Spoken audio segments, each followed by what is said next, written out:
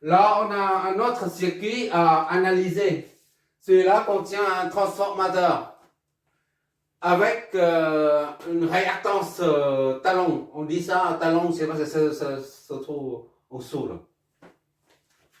Ce circuit, c'est, on doit trouver tous les courants et toutes les différences de potentiel aux bornes de chaque élément, ainsi que les courants qui passent par les enroulements du transformateur.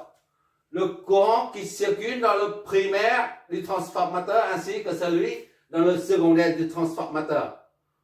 Sans oublier la tension aux bornes du premier enroulement et celle du deuxième enroulement. D'accord? Il s'agit d'une analyse complète. Là, on a des paramètres dans le domaine fréquentiel et en même temps dans le domaine temporel. Là, c'est temporel. Là, c'est fréquentiel déjà. Là, on a la variable. Il n'y a pas de T là. Il n'y a pas de variable T. Ça signifie qu'on est. La source de tension est donnée dans le domaine fréquentiel déjà. Donc, on va réutiliser ce schéma. On ne va pas redessiner. Hein. Il suffit de convertir les deux paramètres restants, celui-là et celui-là, en paramètres fréquentiels. D'accord? Et on va flécher, on va supposer des courants comme d'habitude. Bon, on va convertir ça. Remarque ici, là, son Vs est égal à 100J. C'est comme si 190 degrés. D'accord? C'est-à-dire aussi 100 cosinus oméga t plus 90 degrés. Ok, d'accord? Ça, on traduit ça en phaseur. Donc ça, la source de tension est bien ça là. D'accord? Oui. Ça, c'est avec oméga t à 1. J'ai oublié ça. Oméga t à 1 radians par seconde. Là. Pour simplifier les calculs, hein, c'est tout. Sinon, il faut convertir. Si on met, par exemple, 100, tout ça, 100 pi ou 20 pi, ça complique un peu les choses. On prend 1 radian par seconde, mais après tu mets la pulsation que tu veux, d'accord? On considère que 1, ici c'est 1, d'accord? On considère 1. Pour arrêter les idées, pour fixer les idées, on considère que oméga t égale 1, d'accord? Bon, à partir de oméga t est égal à 1, on en déduit la réactance capacitive et la réactance inductive. On y va, on amène ça au domaine fréquentiel. Xc est égal à moins J sur oméga c, donc c'est moins J sur oméga c'est 1, C c'est 166,67 millifarad, soit farad. Voilà. Qu'est-ce que ça nous donne? Ok. Voilà. Regarde pour toi-même. Ça fait 6, d'accord? 1 sur 1 fois. Ça fait 6. Donc, moins 6J. Ok, d'accord? XC est donc est égal à moins 6J. Ouais, c'est comme ça. Et maintenant, J, XL est égal à J oméga L. Soit J fois oméga c'est 1, L c'est 8, 8J. D'accord? XL est égal à 8J. Je fais pas de bêtises. Ok, voilà, c'est bon. Maintenant, il suffit de... J'efface ça. On va raisonner tout avec les nombres complexes cette fois-ci, sans les phases. D'accord? XC, on va mettre ici là, la réactance capacitive. XC est égal à moins 6G. Et XL est égal à 8G. 8G. Ok là? Bon, à présent, tout est prêt. La phase de préparation à l'analyse du circuit, là, c'est terminé. Le calcul préalable, c'est terminé. Maintenant, il faut préparer les circuits à l'analyse, c'est-à-dire il faut donner un sens au courant et les flèches et les tensions.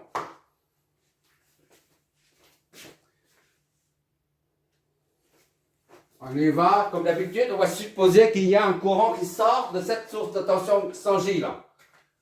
Disons I1. Cette source de tension, là, va débuter un courant I1.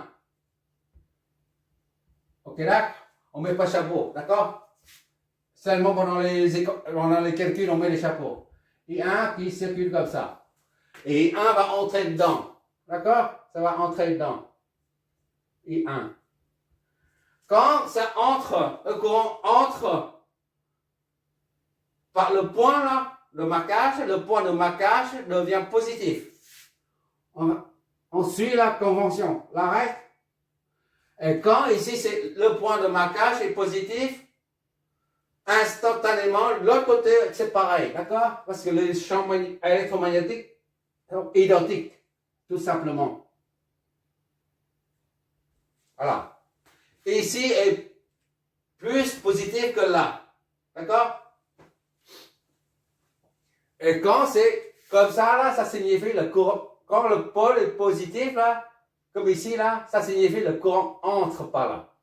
D'accord? Donc I2 c'est comme ça.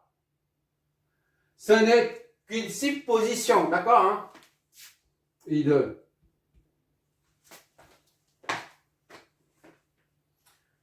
Puisque I1 descend ici, I2 descend ici, là, on ne peut pas supposer un autre courant qui va vers ce nœud-là. Sinon, ce serait un bouchon. D'accord? Donc, on va supposer un autre courant qui descend. I1 et I2, ça donne I3. Pour que ça soit cohérent. D'accord?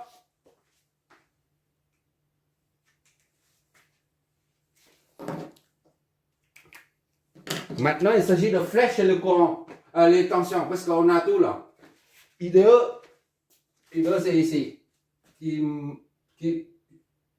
monte de la masse, d'accord? Qui sort de la masse, I2 là. Ok, d'accord? Donc, il suffit de flécher les tensions maintenant. Ça, c'est VS.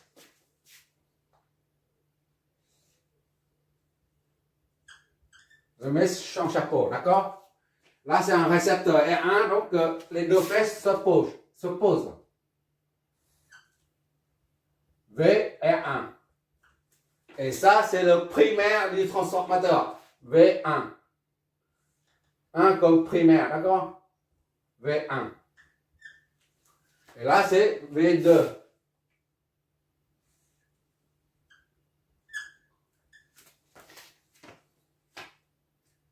Et là, comme le courant descend, là, c'est un récepteur, donc la flèche de tension s'oriente vers le haut. C'est un récepteur. VC. Ok, d'accord? Et enfin, il nous reste 1, 2, ok. Le récepteur ici, là, les deux flèches de tension et flèches de courant s'opposent. V et A2. Et enfin, c'est là. Ça, c'est un récepteur. Le courant circule comme ça, là, s'oriente vers là. Ça monte, donc la flèche de tension descend. Disons VL. N comme inductance. D'accord? Qu'est-ce qu'il nous reste? Voilà, c'est fini. À présent, on peut analyser le circuit, là. Oh, j'ai la dalle, j'ai rien mangé depuis, là. On va finir ça quand même. On va appliquer la loi des mailles. En partant d'ici, là, 0, 0 et 0. En partant de 0, on revient à... Le point de départ, c'est 0. On part de 0, on revient à 0 pour former une maille. Il représente une résistance vectorielle nulle. Donc, on part d'ici, on remonte en suivant la flèche et VS, c'est positif. D'accord? Loi des mailles.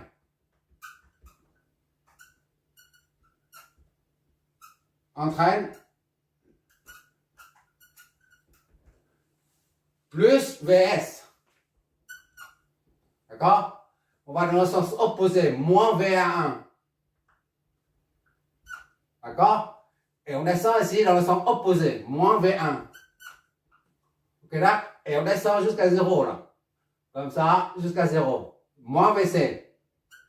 Tout ça forme une résultante vectorielle nulle. Voilà.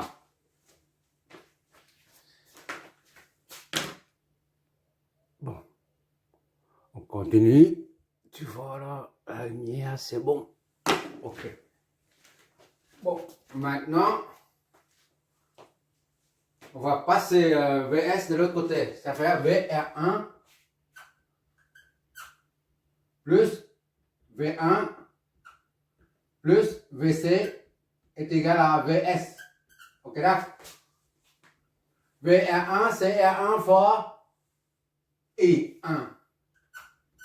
I1 plus V1. V1 c'est inconnu à présent. Plus VC. VC c'est XC fois I3. XC fois VC. XC fois I3. D'accord? I3, tout ça est égal à VS. D'accord? C'est bon.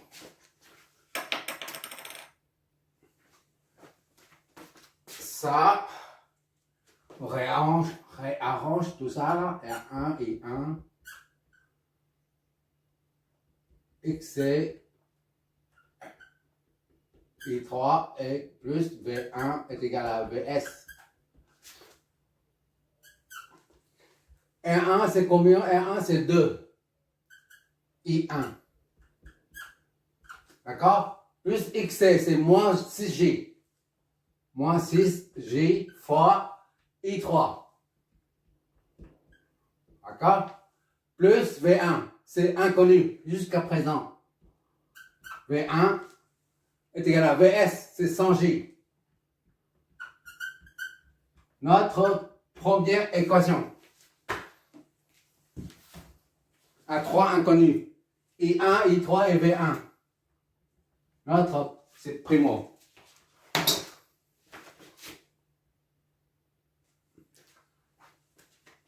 On va, au lieu, avant d'utiliser la loi des nœuds à ce niveau-là, on va appliquer une deuxième fois la loi des mailles pour celle-là. On part de 0, là, on revient à 0. D'accord? Plus VC dans le sens VC, plus V2 dans le sens de la flèche V2, plus VA2. Et en descendant, on va dans le sens aussi, donc plus VL pour retomber à 0. Tout ça, ça donne une résultante vectorielle nulle. Donc, loi des mailles, encore une fois, VC plus V2, ok, là, plus VR2. D'accord? Plus VL. On va toujours dans le même sens de celui de la flèche de tension. D'accord? VA2 et VL est égal à 0. D'accord?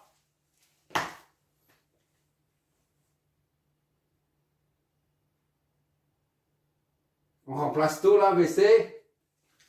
VC, c'est 6 XC là, fois I3. D'accord? V2, c'est inconnu jusqu'à présent. V2 plus VA2. VA2, c'est R2 fois I2. I2. Plus VN. VN, c'est XL fois I2. XL fois I2. D'accord? Tout ça est nul. Qu'est-ce que ça nous donne? On va mettre I2, I3, I2 là, en facteur R2 plus XL. R2 plus XL, d'accord? Fois I2. Ça, c'est primo. Secondo, c'est XC fois I3. I3. D'accord? Plus V2 est égal à 0. D'accord? Application numérique, N2 c'est 10. Plus XL c'est 8J. I2, ok là, plus XC c'est moins 6J. I3, plus V2, inconnu jusqu'à présent. Voilà, c'est notre deuxième équation. Ça, c'est connu, ça, une constante. Deuxième équation. On a 1, 2, 3, inconnu, 4, 5. Maintenant, on va servir du rapport de transformation. Ah ouais, j'ai oublié, ça c'est combien déjà? Je ne me rappelle plus. C'est 2. 0,25, 0,25, 1 sur 4, 1 sur 4. N est égal à 1 sur 4. Voilà, de mémoire. Ça fait au moins 15 ans. Au moins 15 ans. Tout ça, c'est au moins 15 ans. Ça y est, 1 sur 4. Bon, on se sert il faut toujours, hein, pour un transformateur, la première donnée, c'est ça. C'est le rapport de transformation, 1 sur 4. Bon, on va utiliser le rapport de transformation pour V2 sur V1 est égal à N. D'accord? J'ai oublié ça. Un rappel concernant le rapport de transformation. On a fait les deux exos concernant les autotransformateurs où on a 600 et 120 volts. Efficace. Ça signifie V2 et V1. D'accord? Et le rapport de transformation, c'est N est égal à 120, V2 sur V1 est égal à 120 divisé par 600. Tu te rappelles les deux exos qui précèdent celui-là. Mais N aussi est égal à N2 sur N1. D'accord? Ça, comme il n'y a pas de tension là, pour l'instant il n'y a pas de tension, tu peux regarder ça comme si ce côté-là, au secondaire, il y a 1000 par exemple. 1000, si il y a 1000 spire autour. Spire, on dit spire, je crois. Et autour. Nombre de tours, voilà. Ben, l'autre côté, là, au primaire, ce sera 4000 spire, d'accord? 1 sur 1000 sur 4000, ça fait 1 sur 4, 0,25. D'accord? Tu peux considérer ça comme ça. Hein? Bon, c'est juste un rappel.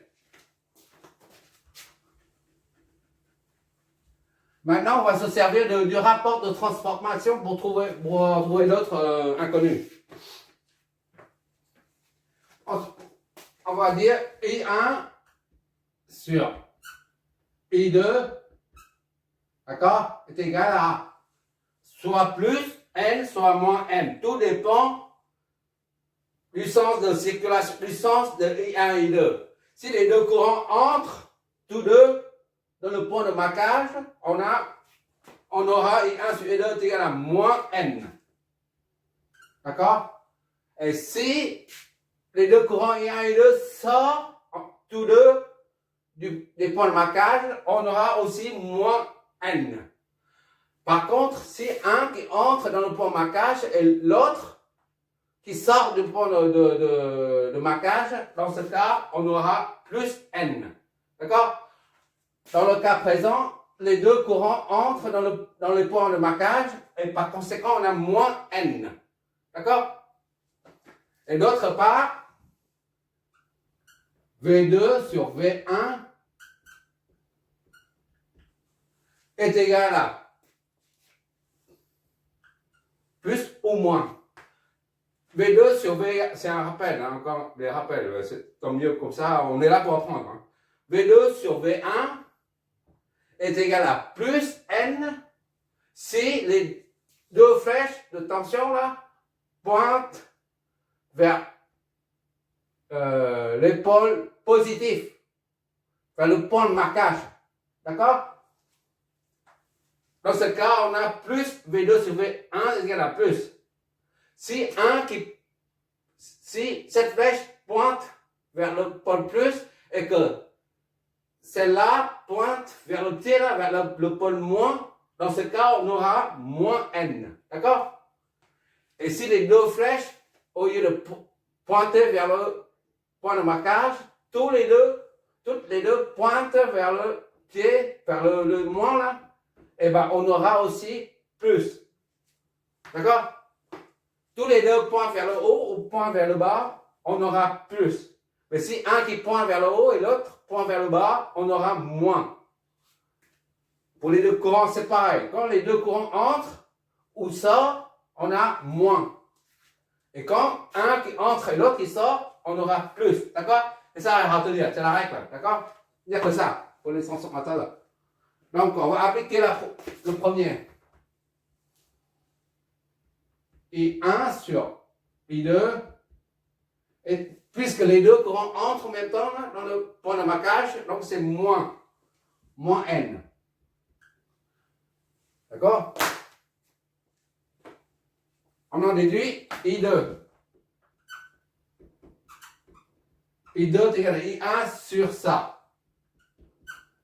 Sur moins N. D'accord? Moins N, I1. Voilà, encore. C'est bon comme ça.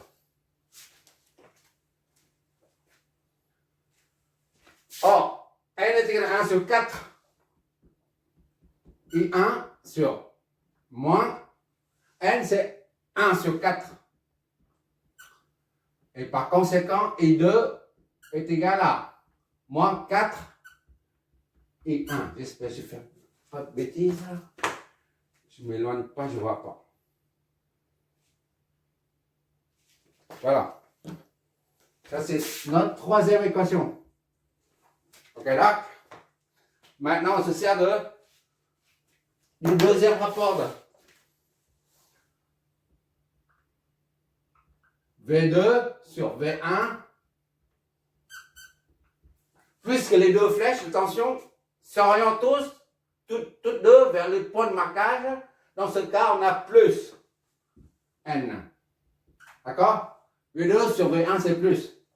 Donc, V2 est égal à N fois V1. Ça, 1 sur 4 fois V1. Donc, V2, je fais une bêtise. Ok. V2 est égal à 0,25. 1 sur 4, 0,25, V1. D'accord. C'est notre quatrième équation. On a combien d'inconnus? Il faut autant d'équations que d'inconnus. D'accord? Voilà. J'ai fait une erreur là. J'ai vu tout à l'heure. Le chapeau. Ah ouais, c'est là. Voilà. Petite erreur seulement.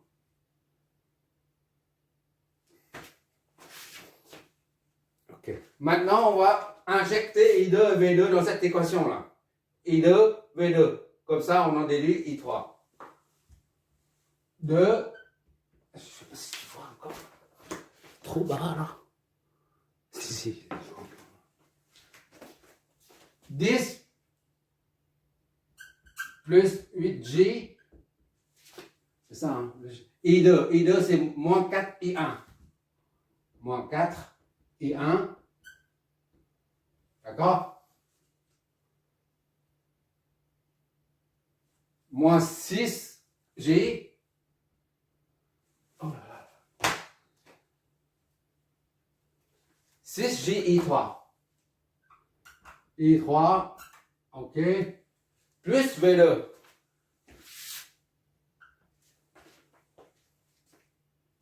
V2, c'est 0,25. V1. D'accord? Tout ça, c'est nul. Voilà.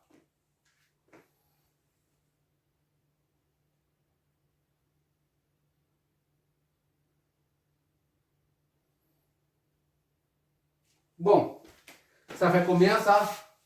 Moins 40 et 32J. D'accord? Et 1 moins 6J et 3 plus 0,25 V1 est égal à 0. C'est ça, hein? Faites pas de bêtises.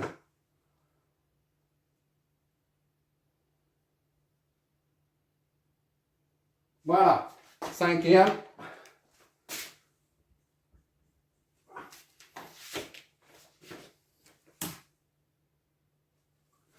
À présent, il n'y a plus de mailles là. On va exploiter la propriété de la loi, on va exploiter la loi des nœuds à ce niveau-là. D'accord? Donc, I1 qui descend, I2 qui descend est égal à la somme des deux est égale à le courant qui en sort du nœud. D'accord? Je ne sais pas si tu vois encore en bas là. 2, 3 lignes. OK. Voilà, parfait, comme ça. Ah là là. Loi des nœuds. Donne ou entraîne, si tu veux. I1 plus I2 est égal à I3. D'accord? Et par conséquent, I1 plus I2 plus moins I3, tout ça est nul. Bon, I1 c'est I1. On laisse comme ça. Et I2 c'est ça. On remplace par moins 4 I1. D'accord? C'est ça, hein? I1 moins 4 I1 plus moins I3 est égal à 0. Soit moins 3 I1